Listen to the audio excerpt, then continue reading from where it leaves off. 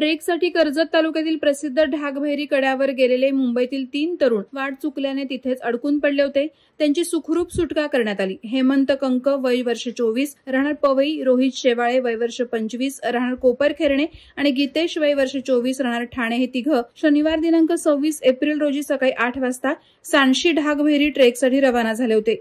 त्यानंतर काही वेळातच ते रस्ता भटकले.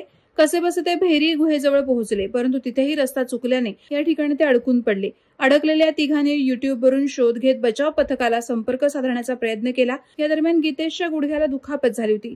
त्यानंतर Maharashtra mountaineer rescue ordination centre मार्फत रक्षा सामाजिक विकास मंडळ कर्जत येथील रेस्क्यू टीमचे अमित गुरव हे या तिघांच्या सुटकेसाठी पथक रवाना झालं. आवश्यक पाणी, अन्न सामग्री आणि बचाव साहित्य घेऊन सांशी गावात पोहोचल्यावर स्थानिक तरुणांच्या मदतीने या पथकानं शोधकार्य सुरू केलं. त्यानंतर रात्री 10:30 वाजण्याच्या सुमारास या अडकलेल्या तरुणांचा शोध लागला.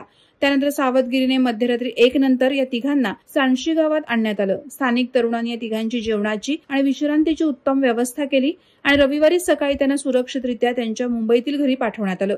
ही संपूर्ण घटना स्थानिक तरुणातील सामाजिक जबाबदारी आणि रेस्क्यू टीमच्या धाडसी प्रयत्नांचं जिवंत उदाहरण ठरली आहे. वादळवारा लाईव्हसाठी नरेश जाधव, कर्जत. नवी मुंबई व रायगड जिल्ह्यातील ताज्या बातम्या आणि घडामोडींसाठी सबस्क्राईब करा वादळवारा लाईव्ह चॅनल आणि दाबा बेल आयकॉन.